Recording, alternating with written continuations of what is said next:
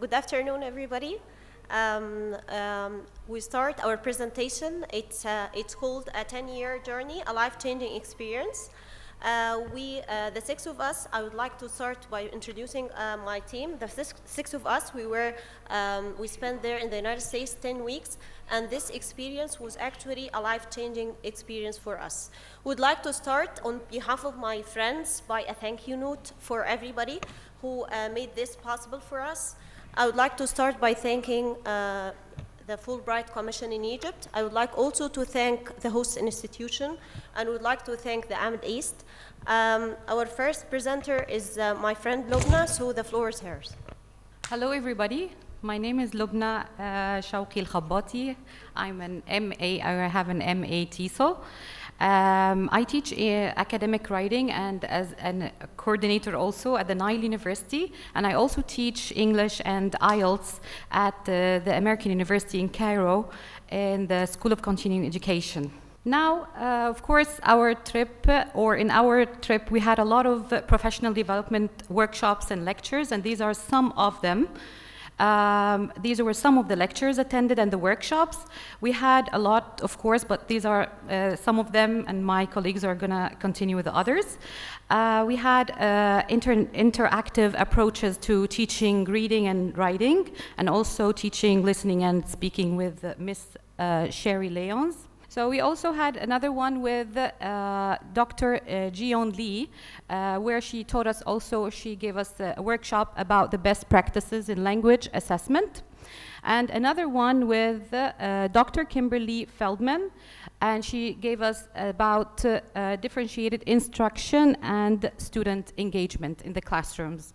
As for my mentoring part, which was a very interesting one with Dr. Jion Lee, and I was lucky actually to have her as my mentor, and we're still doing this online sessions, and I'm replicating the mentor's self-assessment research study in the Egyptian context. Of course, and this is the fun part about our trip, we had a lot of fun, we did a lot of culture activities. We visited a lot of families, and this is one of the pictures with one of the families there. They were very hospitable, and this was Miss Susan Haid and her family.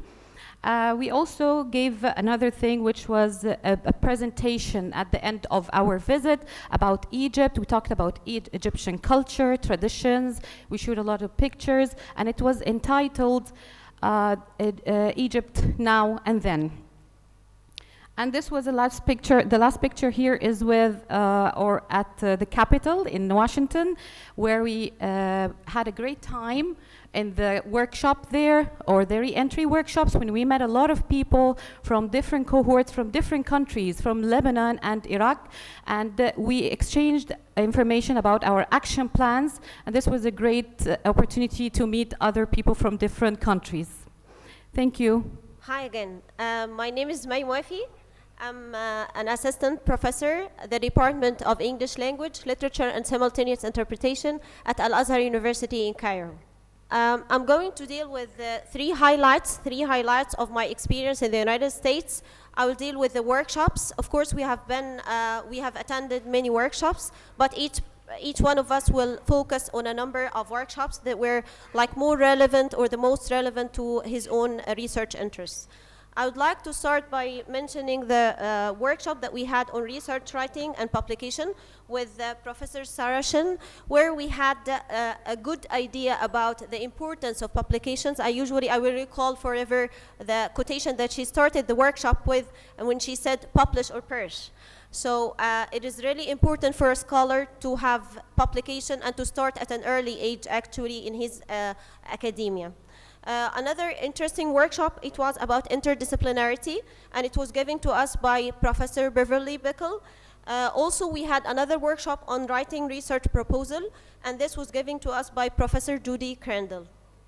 Regarding the professional development and the practical experience that we were exposed to, actually, we have witnessed UNBC as a model in supporting faculty members, and we have seen the Faculty Development Center there and the kind of support given to the faculty members. Actually, they have started since 2003 a program for supporting faculty members, especially for supporting women leadership and how to help women to advance in the academia and to actually to facilitate the different obstacles that they might encounter. This was done by actually linking the professors to other by linking those eminent professors to other professors, 3 different professors all over the state, one in the same university and another one might be in the state and one in the department, to help it's a kind of mentorship program to help the young professors to go on with their research papers. Also, we have been exposed and we have seen the English Writing Center and how this writing center is helping students in different faculties to advance their writing skills, and also the conversation clubs and also the reading clubs there. One of the most impressive experiences that we have witnessed there is the Center for Students of Special Needs. We were actually impressed by the kind of support given to students of special needs.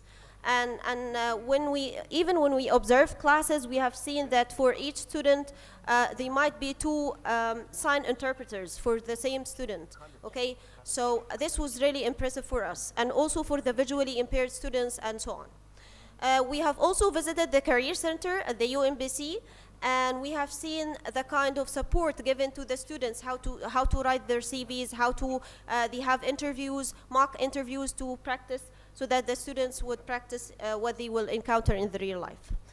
The last part of my presentation would be about the mentorship and the cultural exchange. Actually, I was lucky to have Professor Christine Mallinson, who was my mentor during the 10 weeks. And up till the moment we're going on with our project, she helped me narrow down my research interests, and we started outlining my first paper that I'm working on currently. Hopefully we will be able to publish this later on, inshallah. Regarding the culture exchange, actually we have been hosted by different host families, and I have here a photo for Kim, who were actually one of the families who hosted us and invited us there, and we had a very interesting culture exchange. We were, as a group, we were keen on exchanging our culture, as the Egyptian culture, with the our American friends. And actually, when we were lucky enough, because it was the time of Eid al-Adha when we were there, and we invited our American friends for Fattah. They have eaten Fattah. We were lucky enough because we had the best cook ever, our friend Taghrid, and Sara was helping her, and she really did an amazing job. And everybody was very, very, very happy with the food that she has cooked. Thank you so much. My name is Mohamed Aboulela. I am a senior English instructor at University of Science and Technology in Zewail city. I am also a PhD candidate in Ain Shams University. So I want to reflect on the journey itself, but I just want to begin by talking about the best part of this journey, which is getting to know the culture, and getting to know the people of the United States, and getting to interact with them and have a healthy conversation with the people in the community where we were staying. So I want to talk about the first day. I was riding an Uber, and then I started to talk to the Uber driver, because Uber drivers know the place very well. And the first thing he told me, we are, as my colleagues mentioned, in Maryland, Baltimore County, and he said, don't go out after 8 p.m. And I was like petrified, don't go out. And so it was 7:30 p.m. that day, and I said, I have to go back home, you see. And yes, that was the first thing that I experienced. I guess some of my colleagues can relate to that. But the other day, I was riding another Uber, and the Uber driver told me, no, that's fine, you can go out, but make sure you mind your business. Like when you walk on the street, don't look around, just go straight and don't look anywhere else. But that was the idea. People, have different points of view about where they are staying. So I wanna talk a bit more. Yes. So I want to begin by talking about the academic development, about my research. So this is actually my mentor, Brett Stutton. And once I arrived, he sent me an email, and we sat together, and we had a plan on what to work on. So we decided that we're going to work on the first part of the PhD dissertation, which is the theoretical background and the literature review itself. And we decided what to do, and we had the plan ready. I had to spend a lot of time in the library of the university, and I had a lot of fun, I can tell you, reading many research papers. It was really great. So Brett actually is a very nice person, except for the fact that he's vegetarian. And when he invited me over, he said, "You know what? I'm gonna cook vegetarian food for you," and I was really excited. But it was raining that day, and I couldn't make it. And in my mind, like, thanks God. Yes. But he's really a great mentor, and we are still communicating with each other. And I always ask his advice about where to go with my dissertation. I want to also talk about cultural orientation in this trip. So basically, we had many visits to people because we wanted to experience the culture itself, visiting people, having burger actually, and the people, yes, in this photo, and the American people are really nice. So they would like care for bringing halal food, you know, and they would help us like where to find halal food and everything. So this is actually Miss Haid. Miss Haid and her family were very hospitable and very welcoming, and we really had a great time.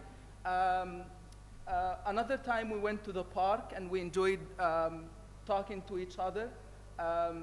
Yeah, we really had lots of fun getting to know the people. So I just want to tell you, during the program, it was my birthday, 1st of September, and one family decided to throw me a surprise party, and it was really a very nice gesture because you know, I just mentioned earlier at the beginning of the program to her that my birthday is on September 1st, and then she threw the party for me. That was one time while we were having very fun. We also went to Six Flags, and we had lots of fun. One thing that happened is I was going onto that fast train, and then I dropped my glasses. Yes, and it was really horrible. But then one of my friend's daughters actually caught it for me, thankfully. So before I end, the best thing about this journey is, as I said, getting to know the people and experiencing the culture itself, and building bridges among the people of the world. And deep down, I think this is the deep message for programs like the Fulbright. So at the end, I have to really thank Fulbright, and I have to really thank Zewail City of Science and Technology, and these two, I really owe to them being here. Thank you so much. My name is Sara Sayid. I am an assistant lecturer at the English department at the Faculty of Languages and Translation, Pharos University in Alexandria. So I'm going to talk about different workshops that we attended. My aim when I got accepted in the program, that I wanted to learn new strategies of teaching linguistics and translation, which is my field. And I wanted to learn different, maybe new ideas that we can implement in my home institution. So the most significant seminars and workshops that we attended at University of Maryland, Baltimore County, was the one that my colleague already mentioned before, differentiated learning, with Professor Dr. Kim Feldman. She introduced us to different strategies and techniques in teaching, and that was very impressive to me. I'm already using this in my teaching now.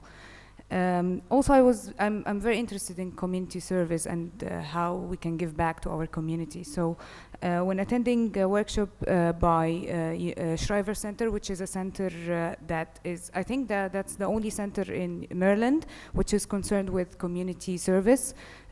Two of the members, Joby Taylor and Charlotte Kinson, they gave us an overview of what this center is concerned about and how they implement the ideas in classrooms. A similar workshop was given by Dr. Heidi Faust. I'm hoping that I'm pronouncing the names right. I'm sorry. Faust, okay. She told us how we can implement also social responsibility in our classrooms. We already do that in our universities, but that goes in the university level. How can we help the community through projects that the university can implement? But learning that we can do this on a smaller scale in our classrooms was very impressive to me. Also, I wanted to, we had different the program was very rich, so next to our courses and our classrooms that we had to attend every day, we had to visit different centers, and we were exposed to different professional, I would say, ideas, because those were not implemented in Egypt, and that was very impressive to me. We got to attend the classrooms and to see how teachers and professors there manage their classrooms and what ideas they want to emphasize in the classrooms, and everything that was very impressive to us. So we were lucky to attend classrooms there. And again, I mentioned Shriver Center. It was concerned with how to help community and how this, I think they're working with other NGOs outside the university, helping the students to get involved and volunteer in these activities. Also, we got to present every week. We had to come up with ideas and to present them to our cohort, our university members. They got us different people each time to attend our presentations. So that was very impressive to me, because we had to come up with ideas that are applicable in our home universities. So when we got back here, we already had all our ideas made. Also, we got to meet different university leadership. I was very impressed by the open door policy that was there. We got to meet everyone who was relevant. Everyone was welcoming to us, even and this got to the university president himself. This is a photo with him. This is our photo, and he was very casual with us. We were just standing there, and he came and said hi, and we had the photo. And he's such an impressive personality. Also, the most important and relevant part to all of us is the mentorship. So I just got my MA degree this year, and I was trying to search for my research answers for my PhD, and that's something I worked on with my mentor. I also had this idea that she encouraged me to do. I wanted to have a corpus of all Egyptian dialects, because there is a misconception that we have one dialect in Egypt, which is not true at all. We speak different dialects here or different accents. So that too has to be somewhere. We have to have documentation of how we speak and how we act. So the fun parts, our culture excursions, it was very interesting. So we did all the touristy stuff. So we went to New York, we went to Washington, D.C. twice. So we spent the 4th of July in Washington, D.C. We went to Ocean City, of course, because we stayed in Maryland, and the Maryland Renaissance Festival, which was a whole new experience to us. And we went to Baltimore City. So I would like to again thank my our host institution for this, because our program was full of cultural activities that we very much was impressed with. So thank you. Taghrid Gamal, Department of English, Faculty of Arts, Menoufia University. I just want to start with focusing on our mentoring outcomes with Dr. Dorothea Rauchen. She is the MA TEFL Program Director. We have worked on 3 pillars. The first one is curriculum development. I'm about to finish my first curriculum, integrating literature in teaching English as a foreign language. The second pillar is academic research and possible publication, which is a project in progress. We are working together on a research entitled Interrogating Orientalism, Edward Said and the Adequacy of Teacher Identity. The final pillar is some cultural visits, as we made it to historic places and cultural places in Boston and Niagara Falls.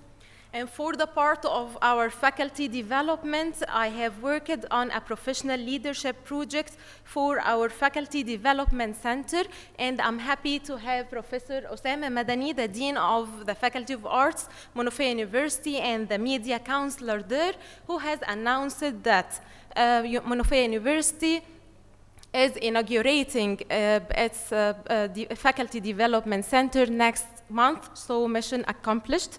The second thing is the community service. So I'm working on a program making a kind of inclusive classroom, integrating deaf and speechless students side by side to regular students in one classroom. Regular classroom or inclusive and responsive classroom, using literature as a vehicle with no speaking and listening at all, and asserting the social responsibility of my university. I'm working on a project making a kind of or sort of women's center, making a kind of restorative practices against sexual harassment inside our campus.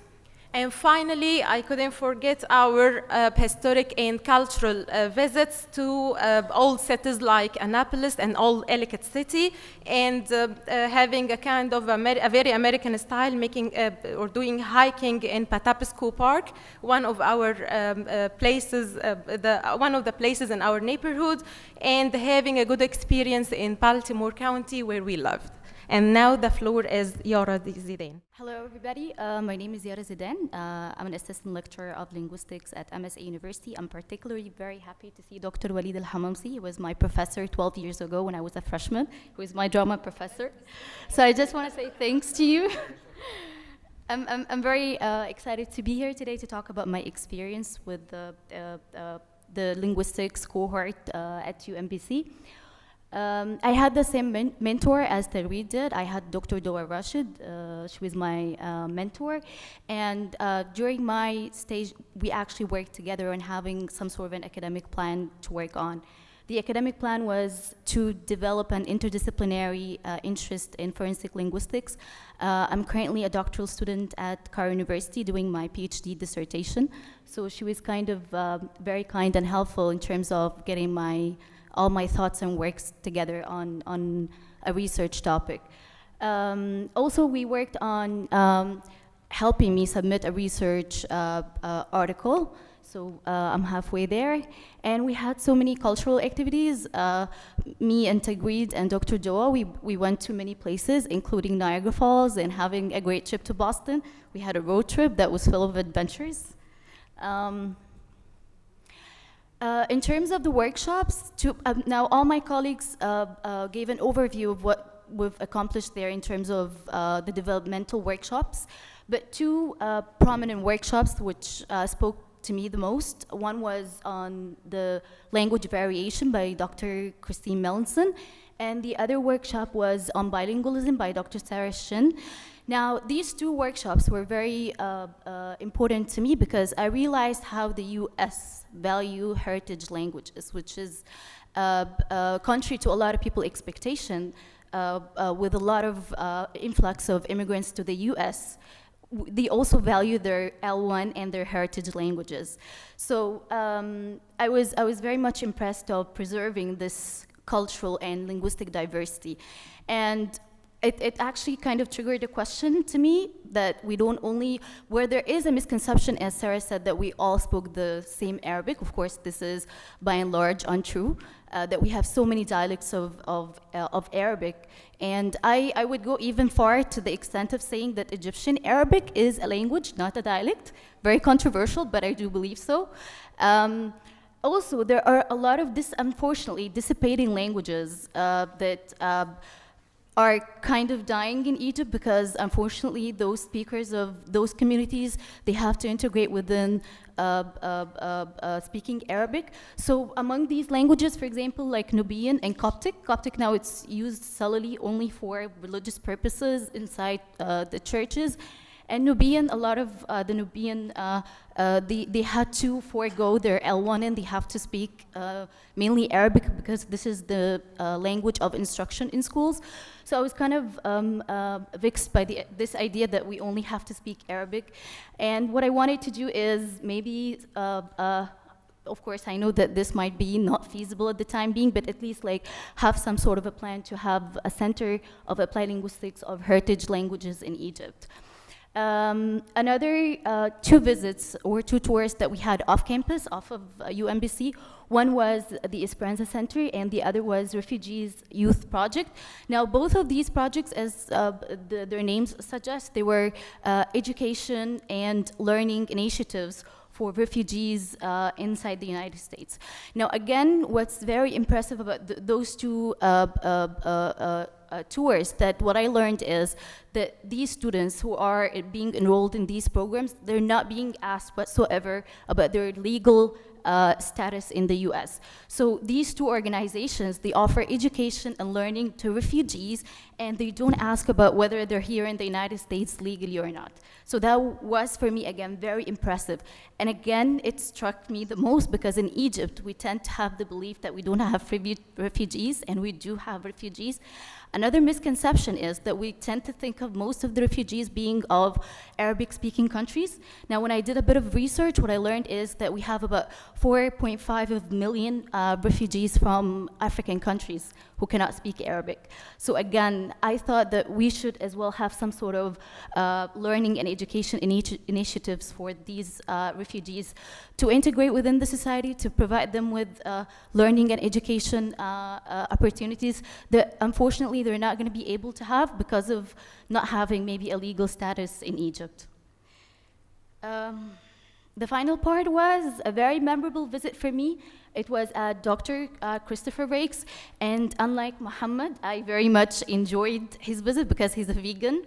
Not only he's a vegan, we had a very lovely dinner. It was vegetables, not only vegetables, but the kind of vegetables that he himself grows in his house. Now, his house was a marvelous piece of work. Now, it runs on solar solar panels that he installed himself.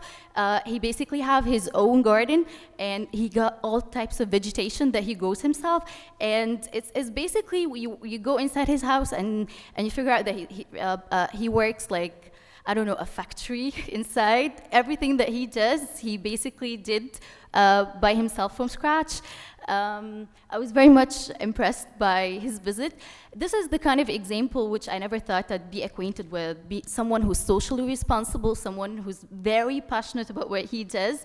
And he was also very busy publishing all the time, because we asked him, you're a professor, when do you have the time? And he said, I do all these things, and I also have the time to publish, and I also have the time to teach. So that was a great role model, and I tend to believe that everybody would agree that it was one of the truly memorable visits in the US. On behalf of everyone, I'd like to thank you for listening to us, and would like to thank the Commission of Fulbright, and would like to thank our host institution, UMBC, University of Maryland, Baltimore County. Thank you so much.